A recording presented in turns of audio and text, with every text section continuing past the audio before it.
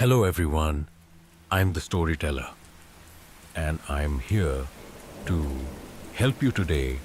I know you use this video to fall asleep, so before that, like the video and subscribe to the channel. Also, where are you from and what time are you watching now? Get comfortable and relax. The Bus That Never Stops by Black Hollow Stories. Castle Rock was a town like any other. Or so it seemed. The streets were quiet after midnight. The kind of quiet that made you feel like the world had forgotten you. Amy Callahan, a sophomore at Maine State University, worked the closing shift at Roy's Diner. By the time she clocked out, the buses had stopped running. Or so she thought. That night, as she stood at the corner of Main and Harrison, a strange fog rolled in. It wasn't the kind of mist that hovered low. It climbed up the street lights and swirled like something alive. Amy zipped up her jacket and hugged her bag to her chest. She was debating whether to call an Uber when she heard it. The low, guttural growl of an engine. She turned and saw an old commuter bus lumbering down the street. Its headlights cut through the fog and the numbers on its display flickered erratically. Route 0. Amy frowned. She knew the town's bus routes, and there was no Route 0. But the bus stopped anyway, its doors hissing open with an eerie slowness. There was no one else around. Against her better judgment, Amy climbed aboard. The first thing she noticed was the smell. Damp, metallic, and faintly of mildew. The bus was dimly lit, its fluorescent lights flickering like they were fighting to stay alive. The driver, a hunched figure in a uniform that looked decades old, stared straight ahead. His hands were skeletal, gripping the steering wheel tightly. Does this go to Willow Street? Amy asked. The driver didn't respond. He didn't even blink. His face was pale, almost waxy, like a mannequin left out in the sun too long. Uneasy, Amy moved to the middle of the bus and sat down. The passengers were odd. They sat in silence, staring straight ahead, their faces black and expressionless. Amy glanced at the woman sitting across from her. Her skin was ashen, her clothes outdated, like she'd stepped out of a photograph from the 1980s. Amy felt her throat tighten.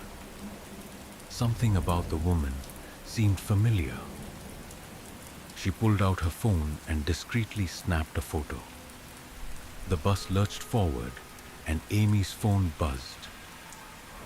It was a notification from a news app she didn't remember downloading.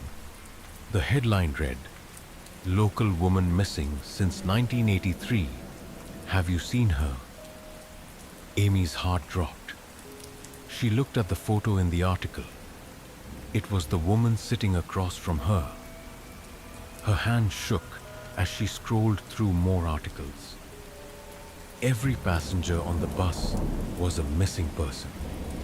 Their photos, their names. All people who had vanished from Castle Rock over the last 10 years. And none of them looked like they aged a day. "Excuse me," Amy said, her voice trembling. "Where does this bus go?" The woman across from her turned slowly, her eyes cloudy and distant. "It never stops," she whispered. "What do you mean?"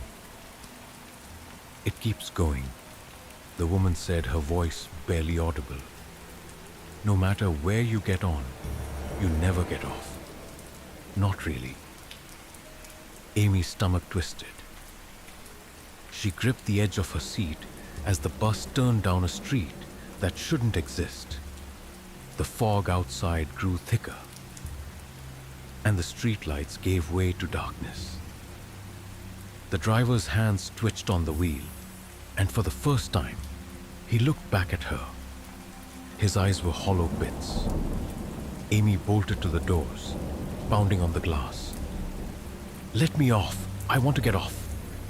The passengers turned their heads in unison, their movements jerky, like marionettes. "No one leaves," they said in a chorus, their voices overlapping like a broken record. The bus jerked to a stop. The doors hissed open, revealing an empty void. It wasn't a street, a parking lot, or even a field, just blackness stretching out forever. Amy stumbled back, her chest heaving. She turned to the passengers, desperate for answers. "Why me? Why am I here?"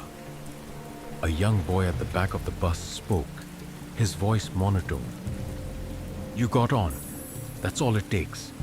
The bus moved again, faster now, hurtling through the fog. The scenery outside changed in flashes. An empty highway, a dense forest, a crumbling cityscape. The passengers resumed their blank stares, as if nothing had happened. Amy's phone buzzed again. A new headline. "Missing. Local college student last seen near Roy's diner." Her own photo stared back at her. Panic surged through her. She grabbed the emergency stop cord and yanked it hard. The bus screeched to a halt. She didn't wait for the doors to open. She slammed her shoulder into them and tumbled out onto solid ground.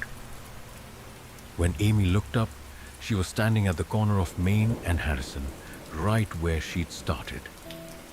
The fog was gone, and the street was empty. She turned, expecting to see the bus disappearing into the night. But it wasn't there. Her phone buzzed again. This time, it was a notification from a contact she didn't recognize. "See you soon." Amy's blood ran cold. She looked around, her heart pounding. But the street was still empty. Then, in the distance, she heard it. The low growl of an engine. The bus was coming back. And this time, she knew it wouldn't leave without her. The end.